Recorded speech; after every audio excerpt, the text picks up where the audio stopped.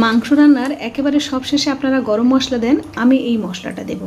এই মশলাটা কি মশলা জানতে হলে পুরো ভিডিওটা দেখতে থাকুন। আর এই মশলাটা দিলে রান্নার কালারটাও ভালো আসবে এবং টেস্টটাও অসাধারণ হবে। কালকে রবিবার আছে, অন্যরকমভাবে রান্না করুন, সবাইকে চমকে দিন। প্রথমে আমি আলুটা সর্ষের তেলে ভেজে নিলাম এবং সেই তেলে পেঁয়াজ ভেজে নিচ্ছি। আর পেঁয়াজ ভাজার সময় সবসময় ভাবতে হবে যে পেঁয়াজ ভাজার সময় একটু লবণ দেবেন, খুব তাড়াতাড়ি পেঁয়াজটা সিদ্ধ হয়ে যাবে। এভাবে আমি লবণ দিয়ে দিচ্ছি, দিয়ে পেঁয়াজটা সিদ্ধ হয়ে গেল। এবারে হয়ে গেলে তারপরে কিছুটা পেঁয়াজ আমি তুলে নিচ্ছি, এটা বেরেস্তা বলে, বেরেস্তা কিছুটা তুলে নিলাম। তারপরে এই যে এলাচ দিচ্ছি, গোটা বড় এলাচ, সেটা একটু মুখটা ফাটিয়ে দিয়েছি, দারুচিনি, লবঙ্গ, ছোট এলাচ এভাবে মানে পেঁয়াজের উপরে দিয়ে দেব। তারপরে দিয়ে দিচ্ছি আদা রসুন, যেমন মানে মাংস সেই বুঝে পেঁয়াজ আদা রসুন দেবেন, আমি এখানে পরিমাণটা বলছি না। তারপরে এটা দেশি মুরগি মানে চামড়া সহ আমি রান্না করছি, এটা একসঙ্গেই দিয়ে দিলাম, দিয়ে খুব ভালো করে কষিয়ে নেব।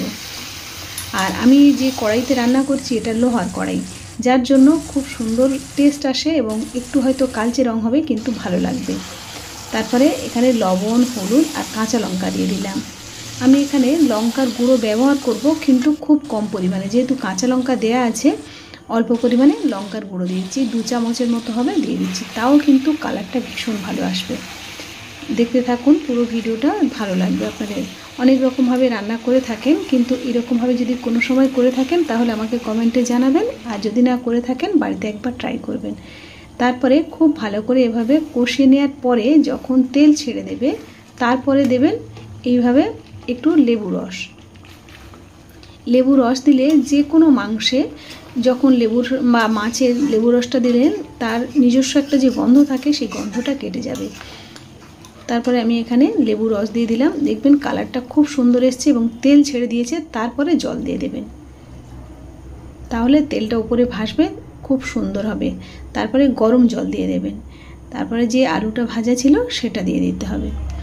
এবারে আলু মাংস সবাই একসঙ্গে সিদ্ধ হয়ে গেলে প্রায় 10 মিনিটের মতো বাকি থাকবে, তখন নিয়ে দিতে হবে যেটা পেঁয়াজ তুলে রাখলাম, সেই পেঁয়াজটা খুব ভালো করে বেটে নিতে হবে, নিয়ে সেই পেঁয়াজের পেস্টটা এরপরে দিয়ে দিতে হবে। আর কোনো গরম মশলা দিতে হবে না, কিছুই দিতে হবে না।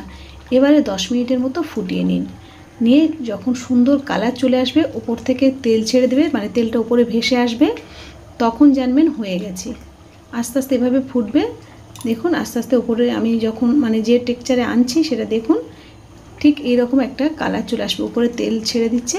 এবারে আর কাজ কি, এবারে গরম ভাতে সার্ভ করুন, ভীষণ ভালো লাগবে।